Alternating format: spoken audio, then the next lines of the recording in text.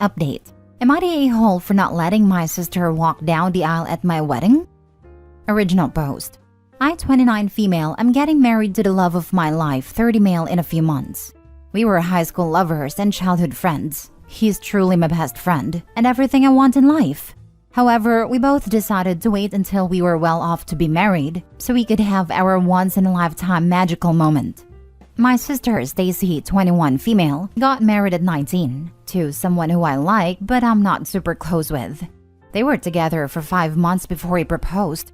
Their wedding was rushed, and half our family couldn't even make it because of how soon it was planned and set up. It was small and just in a courtroom. No dress, party or anything, just a legal wedding.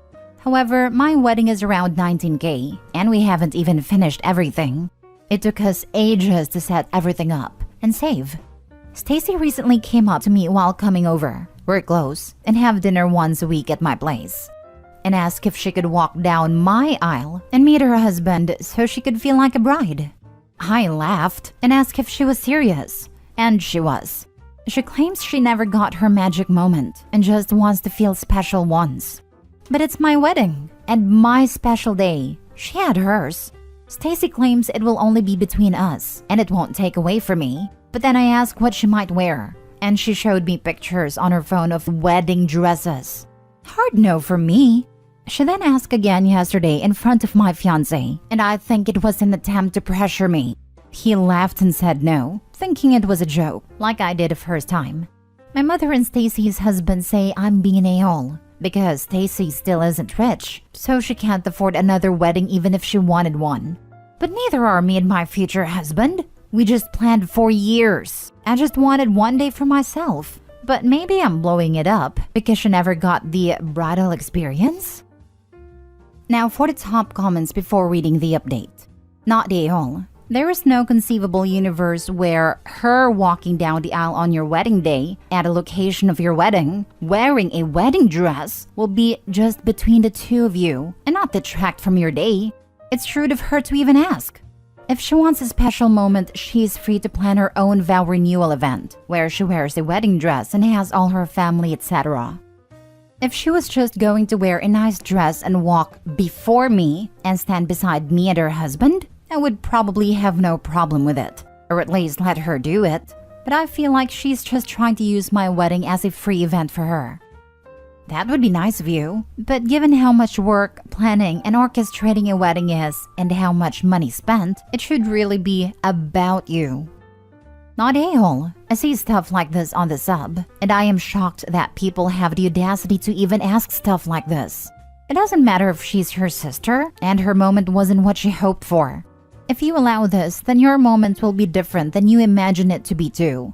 Your sister and her husband made their choices. They could have waited, but they didn't.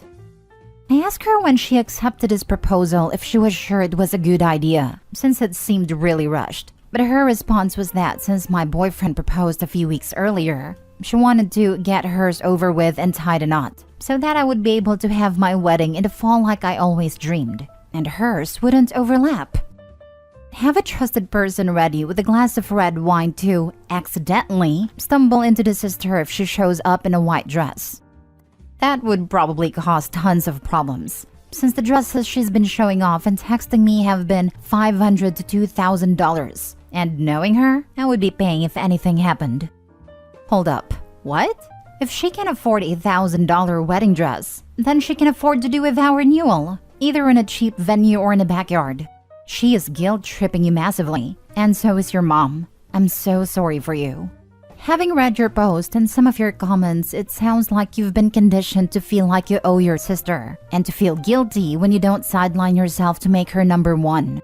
Please choose yourself over her for your wedding, and don't let her come if she shows up in a wedding dress or doesn't drop the issue altogether. I do feel a bit left out since she's offering to pay so much for herself. Yet, a few days ago she said money was tight and she couldn't get me a wedding gift. I needed money for the hotel, even though I'm only paying for family coming out of state. And my wedding location is 1 to 2 hours from Stacy's house. I'll talk to her tomorrow and try to shut things down, since we have brunch planned. Now for the update. Hello everyone. I just wanted to post an update on the situation with my sister Stacy. The day after I made a post, me, my fiancé, Stacy, and her husband met up for brunch. I told her she needed to hear me out fully before she spoke, and thankfully she did. In short, I told her as much as I love her, I've waited years for this day, and it was mine. She had hers, and if she truly wanted, she could have used the money I gifted her to get her own wedding. Her husband tried to cut me off and say that they needed the money for rent, but she didn't let him talk. I then showed her the Reddit post, and she started crying and asked her husband and my fiancé to step out for a few minutes. They both did, and she told me that her husband and our mom had been the ones pressuring her, since she had admittedly been jealous, and told them both she wished she could have a larger scale wedding. She said she had been over the whole thing until her husband started saying it wasn't fair because he was jealous that he couldn't provide for her, and eventually complained enough she asked to walk down the aisle for him. Stacy said she was willing to fully back out of the wedding and would understand given the heartache she's given me, but I told her that her husband would be the one without an invite, which she gratefully agreed to. We talked more in depth on why she was jealous, and she said she regretted being married so early, just so our father could be at her wedding. After a few more minutes and both of us crying and forgiving one another, I told her she could always tell me anything, even if it was between her and her husband. When my fiancé and her husband came back in, I told Stacy's husband he was uninvited right then and there. He seemed to understand why immediately, though he did groan about it and call me multiple times. But I blocked him again. Over the past few days, our mother has called to apologize, and me and Stacy have been talking much more openly and honestly to one another. I decided to let her wear a dark silver or pale gold dress to match my theme and walk with me down the aisle, as my father sadly can't. She told me I didn't need to, but I insisted. We ended up finding a dress we both love, and I got it as a gift for her. Thank you all for the support and kind words. This is a touching update. I hope all goes well for you, your soon-to-be husband, and your sister. Thank you. I hope so too. Sound like you made the best of this situation. Having her walk you down the aisle was a great move. I'm sorry for the loss of your father. Your brother-in-law is a piece of work. He feels jealous because he can't provide for her, but is comfortable forcing others to provide? And not even necessities, but luxuries. What an entitled a-hole. OP, stay close to her sister. She has already given you signs that she's not happy in her marriage and may need your support to get out of it. Yes, I'll be keeping him close enough to keep an eye on him, but not too close.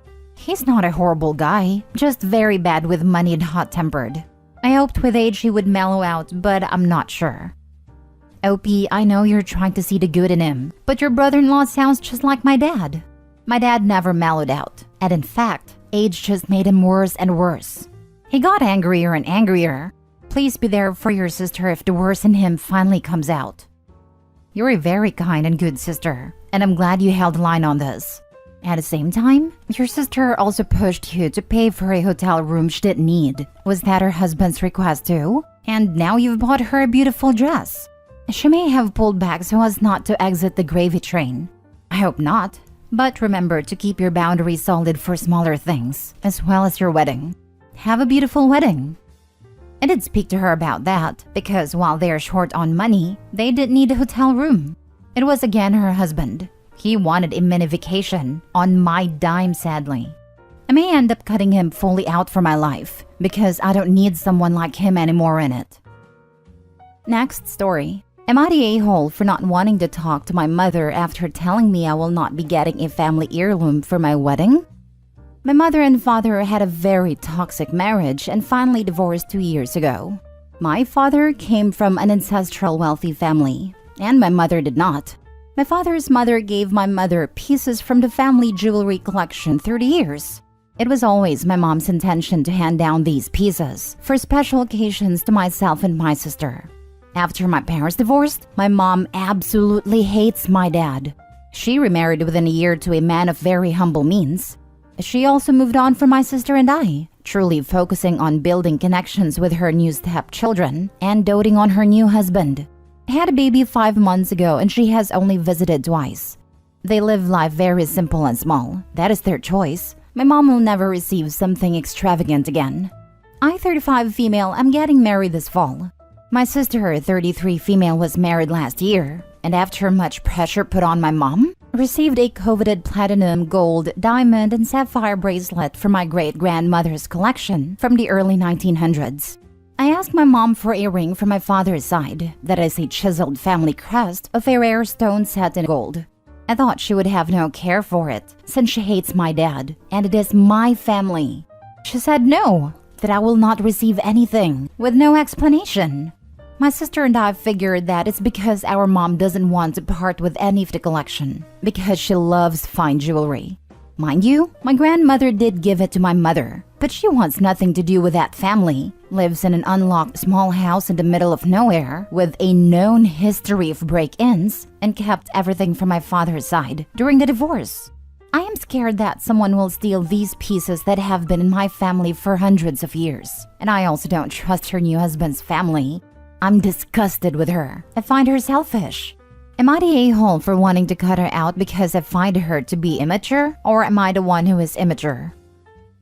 Not the a-hole. While legally hers, the jewelry was almost certainly passed to your mother with the expectation it would stay in the family. She should honor that expectation. Although if you cut her out, you are virtually guaranteeing she won't will the jewelry to you either. What do you want to bet they've been selling some of the collection? That was my first thought as well. Honestly, passing them down would be getting rid of something Opie's mom didn't want anymore. Depending on how bad the marriage was, I could totally see Opie's mom selling them. I wonder if she's given them away to her stepchildren in order to win them over. Not the a-hole. The intent was clear that they would be handed down as family heirlooms. She was a caretaker of them, not the owner. That's very common with heirloom pieces. I have two from my mom, both well over 100 years old, and one will go to each of my daughters on a special occasion. Also, your mom is the a-hole for cutting off communication with her own children, just because she took up with another guy. How do we know it won't be handed down? Opie's mom is still alive. She doesn't have to hand over these pieces while she's still living. She doesn't. You're right. I think I'm just scared because my mother is so trusting. I don't trust these items in her hands right now. She's not giving it to you when she dies. She gave one to your sister but not to you. She would tell you if it was just, I'm saving it to be passed on later. I regret not doing the same for your sister, or something. Otherwise, she sounds like she plays favorites even between you two, because to just flat out tell you no sounds bizarre. Last story. Am I the a-hole for building my teenage sons a bedroom in the backyard? My wife and I have 5 children together. 9 male, 8 male, 7 male, 4 male, and 2 male. And I have 3 children with my ex-wife. 17 male, 15 male, 13 female. When I bought our current house, it had 4 bedrooms. I later renovated the basement to add another 2 bedrooms. My wife and I have 1 room, the 3 teenagers had a room each, and the younger boys share the same other 2 rooms, with various configurations over the years. As the younger boys get older, things are going to get more cramped for them, and we haven't ruled out having more kids. I also don't want to immediately take my older kids' rooms away the second they go to college, and maybe they'll stay local or not go at all. Because of this, I started looking at how I would add more bedrooms. The property our house is on is a little under 1 acre. Last year, I decided I would build a den in the backyard that could become the older boys' bedrooms. The build was finished a few weeks ago and the boys have moved in. They have a small shared living space that includes a kitchenette, a shared bathroom, and they each have their own rooms. It's essentially a tiny house in our yard. The boys love it, and we had a lot of fun working on the build together. My ex-wife, however, is less than pleased with the boys' new living arrangements. She has multiple safety concerns, as she thinks they're too far away if something happens, and that they will feel like they could get away with whatever, so I can't monitor them well. She also thinks it's unfair they will have to walk through a yard to get to and from their bedrooms to the house, even in adverse weather conditions. She feels as though I'm pushing the boys away by housing them in the backyard, and that it suggests I'm prioritizing my new family, while at the same time thinking giving them a cool den in the backyard is favoring them over their sister. I think her biggest issue is the one she didn't mention, which is worrying the boys will want to spend even more time at my house if they have more privacy and great place to hang with their friends. We no longer split custody based on our custody agreement, And for the last few years, the boys have lived a majority of the time with me, whereas our daughter alternates between our houses every 2 weeks. My ex is trying to make it out like I'm a massive a-hole in this situation, but I really don't feel like I am. However, in the past, I haven't always known when I have been an a-hole, so maybe I'm missing something. Am I the a-hole? Not the a-hole. If it meets code, you're fine. If some adverse event is forecasted, deal with it at a time. And by the way, she doesn't get a say-so about how you manage at her house. It's nice that you listen, but she's not in charge.